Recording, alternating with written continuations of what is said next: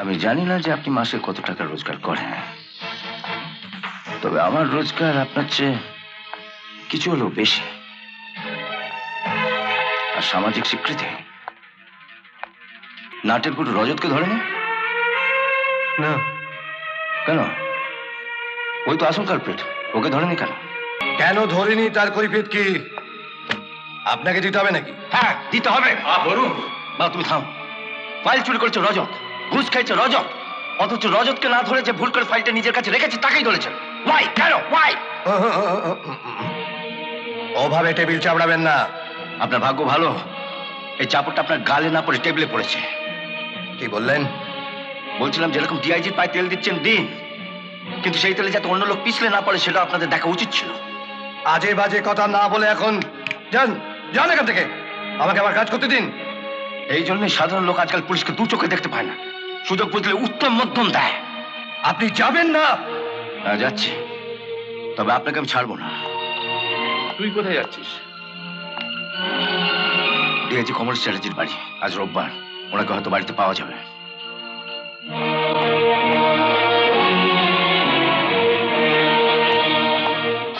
আমি আমার ব্যক্তিগত জামিনে রজতকে ছাড়িয়ে এনেছি। আমিও আমার ব্যক্তিগত জামিনে আমার দাদাকে ছাড়াতে চাই।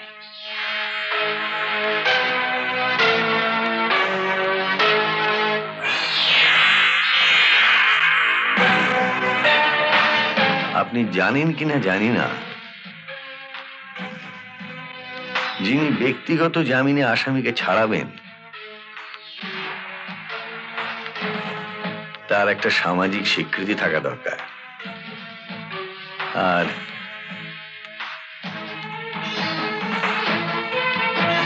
আয়কর দেন এরকম রোজগার থাকা দরকার।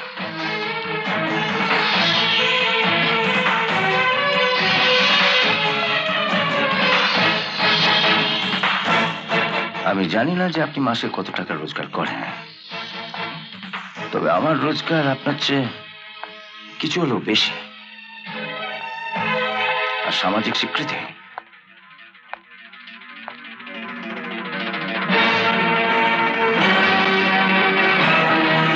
আপনি তাহলে হ্যাঁ, আমি থানায় যাচ্ছি, আপনি থানায় একটা ফোন করে দিন। স্যার,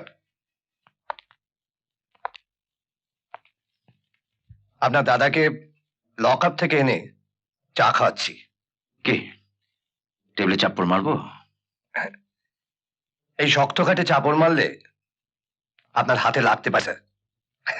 তার চেয়ে চাপড় যদি মারতেই হয় আমার এই গালে মারুন। ডিআইজি সাহেবের সঙ্গে লড়াইটা আবার সবে শুরু হয়েছে, গাড়িটা তৈরি রাখবেন, মারলেও মারতে পারি। চল।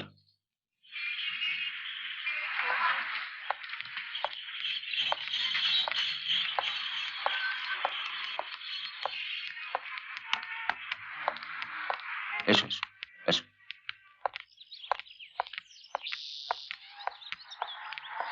ট্যাক্সি।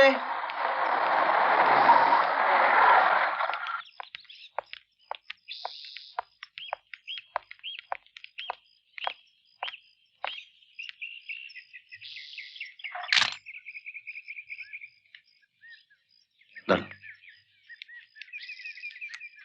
এটা এগুলো এটা তোমার ট্যাক্সি ভাড়া, আর তুমি তো আজকাল বিড়ি ছেড়ে এটাতেই অভ্যেস করেছো। না, ওঠো। তুই যাবি না? বিপদে পড়লে দেখো, নিশ্চয়ই যাও। না, ওঠো।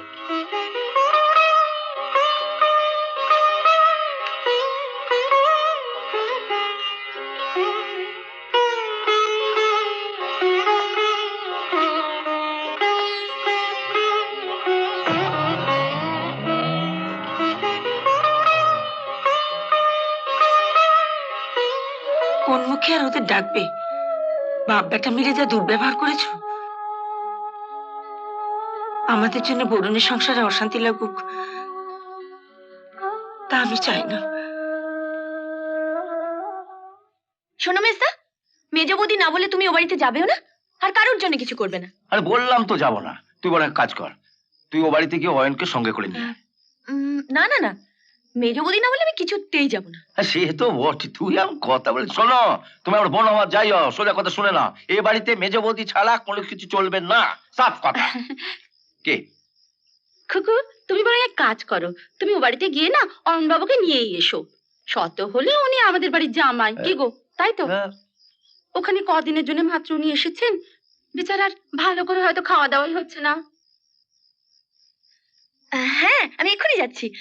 ও মেজদা, এখান থেকে কত নম্বর বাস যায় গো? ওমা, ও কি কথা, তুমি বাসে যাবে কেন? ট্যাক্সি করে যাবে। না না না, ও বাসে না, বাসে মোটেই যাবে না বাসে করে, ট্যাক্সি করেই যাবে।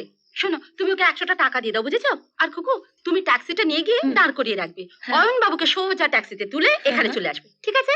আচ্ছা, ওহো, ব্যাগটা তো বড় ঘরে ফেলে এলাম, চল চল চল। চলো। বাই। সব মনে আছে তো? পয়েন্ট যেন এসে এমন ভাবে বলে যাতে সাথে সব বিশ্বাস করে। ঠিক আছে, ঠিক আছে। আচ্ছা ঠিক আছে।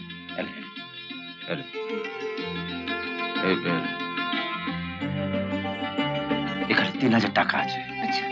বড় বৌদিকে দিয়ে বলবি সাথী পাঠিয়েছে। সত্যি মেজদা, তুমি পারো। থাক থাক থাক থাক থাক থাক থাক। কি হলো, হঠাৎ প্রণাম করলে যে? না ওই ওই আরে একটু পায়ে ঠেকেছে আপনি প্রণাম। আরে বৌদিকে প্রণাম কর। থাক। হ্যাঁ গো, তুমি ট্যাক্সি ভাড়া দিয়েছো তো? আর বলতে হ্যাঁ দিয়েছে। বড় বৌদি, একবার বাইরে আসবে?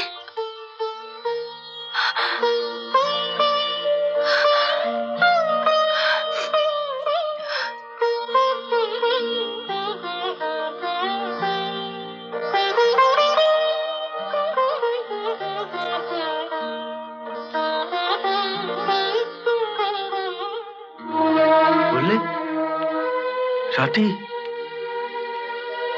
সাথী টাকা পাঠিয়েছে? হ্যাঁ, ঠাকুরপুকে না জানিয়ে সাথী তোমাকে দেবার জন্য খুকুর হাত দিয়ে 3000 টাকা পাঠিয়েছে। এতক্ষণ তুমি ঠাকুরের কাছে কাঁদছিলে, তাই তোমার কান্না শুনে চৌধুরী পরিবারের মা লক্ষ্মী তোমার জন্য এই টাকাটা পাঠিয়ে দিয়েছে। মেয়েটার মনটা বড় ভালো গো, কিন্তু আমি কতদিন মদের নেশায় কত কটু কথা বলেছি। ওই মদই তোমার সর্বনাশ করেছে।